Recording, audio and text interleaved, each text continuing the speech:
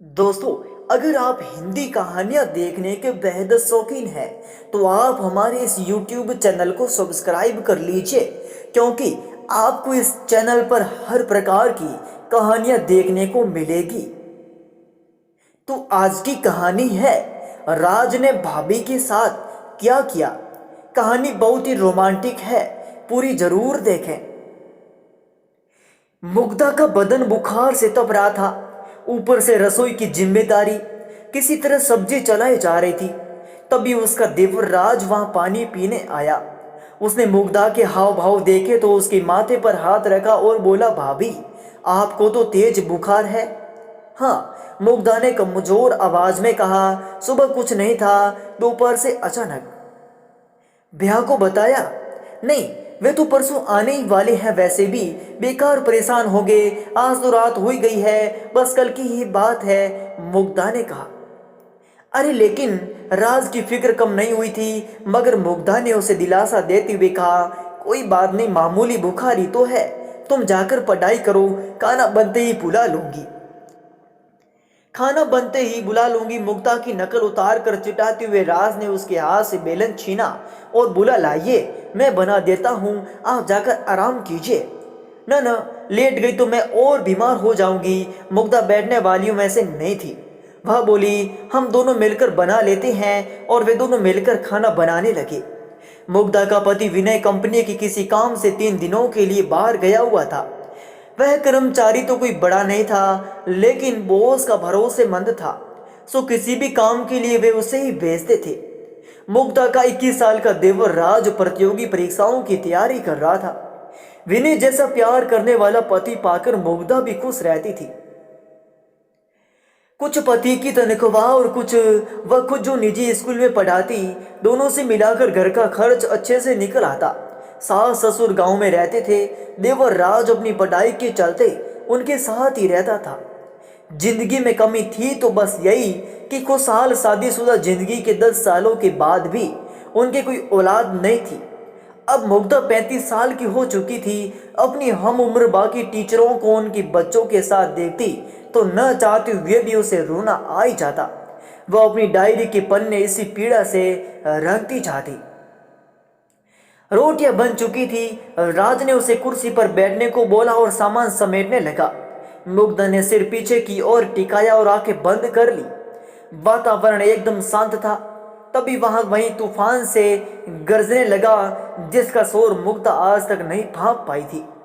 राज की गर्दन धीरे से मुग्धा की ओर घूम चुकी थी। वह कनखियों से मुग्धा की फिटिंग वाली समीज में कैद उसके उभारों को देखने लगा। मुग्धा की सांसों के साथ जैसे जैसे वे ऊपर नीचे होते, वैसे वैसे राज के अंदर का शैतान जागता जाता। हो गया सब काम। बर्तनों की आवाज बंद जानकर मुग्धा ने अचानक पूछते हुए अपनी आंखें खोल दी। राज हकबका गया और बोला, हाँ भाभी, बस हो ही गया, कहकर राज ने जल्दी जल्दी बाकी काम निपटाया और खाने की चीजों को उठाकर मेज पर ले आया। मुग्धा ने मुश्किल से 2 रोटियां खाई, वह भी राज की जिद पर। वह जबरदस्ती सब्जी उसकी प्लेट में डाल दे रहा था। खाने के बाद मुग्धा सोने जाने लगी तो राज बोला, भाभी, 15 मिनट के लिए आगे वाले कमरे में बैठिए न, मैं आपके लिए दवा ले आता हूँ।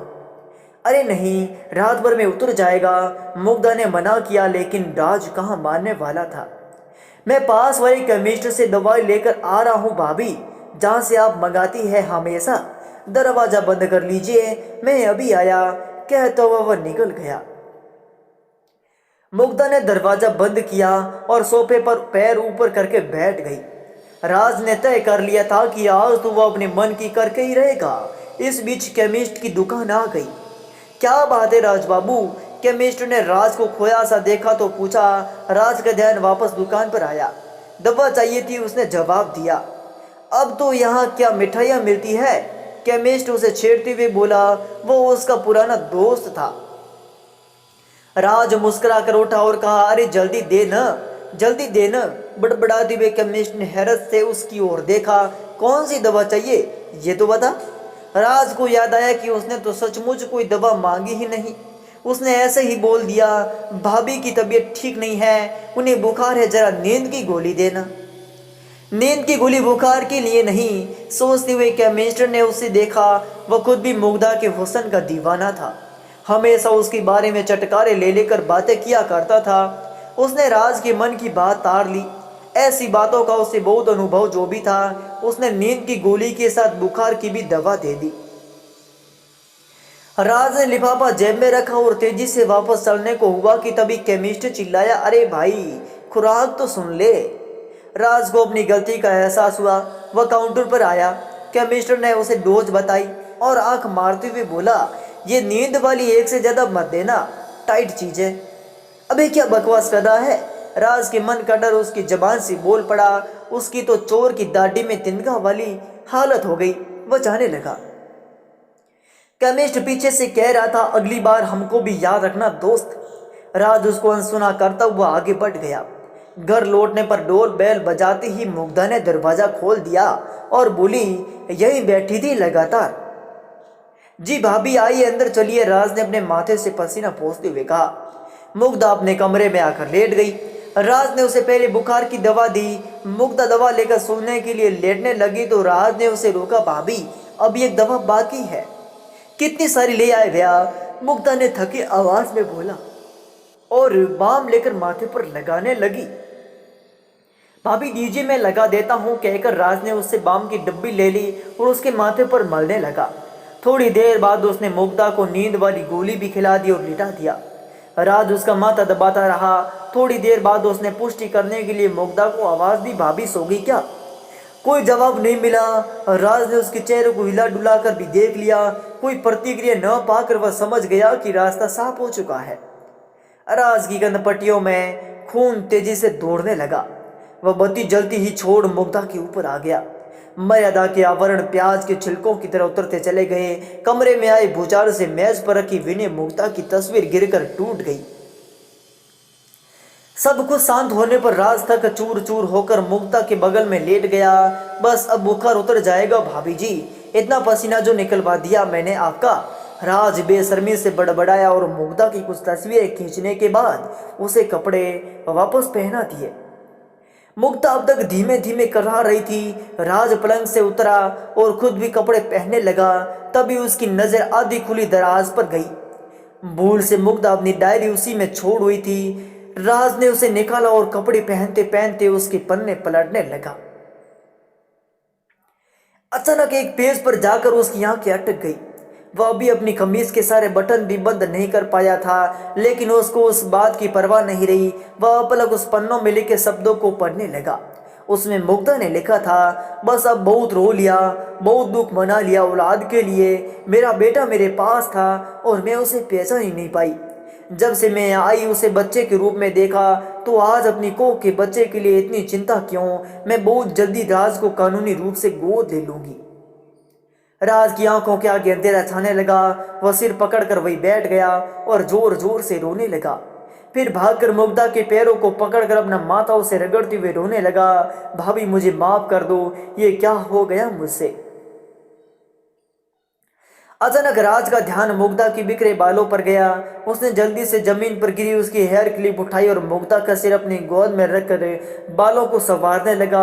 वह किसी मशीन की तरह सब कुछ कर रहा था। हेयर क्लिप अच्छे से उसके बालों में लगाकर राज उठा और घर से निकल गया। अगली सुबह तकरीबन 8 बजे मुग्धा की आंखें खुली। उसका सिर अभी भी तक भारी था। घर में भीड़ लग चुकी थी।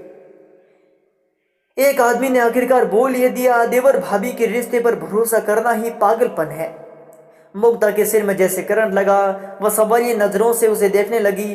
तभी उस इलाके के पुलिस इंस्पेक्टर ने प्रवेश किया और बताया, आपके देवर राज की लाश पास वाली नदी से मिली है। उसने राज को खुदकुशी कर ली।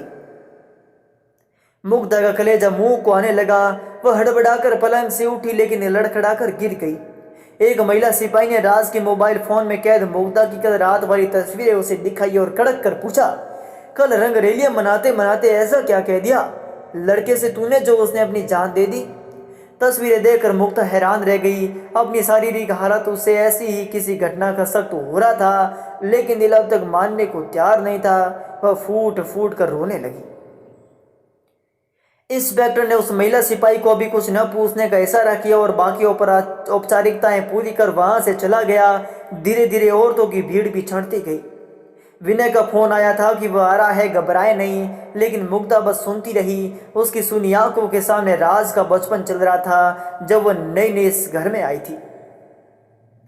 दोपहर तक विनय लौट आया और भागती हुई मुग्धा के पास कमरे में पहुंचा।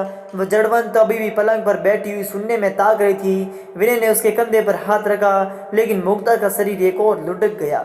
मुग्धा मुग्धा चिव तो विनय उसे झकझोरे जा रहा था, पर मुग्धा कभी न जागने वाली नींद में सो चुकी थी।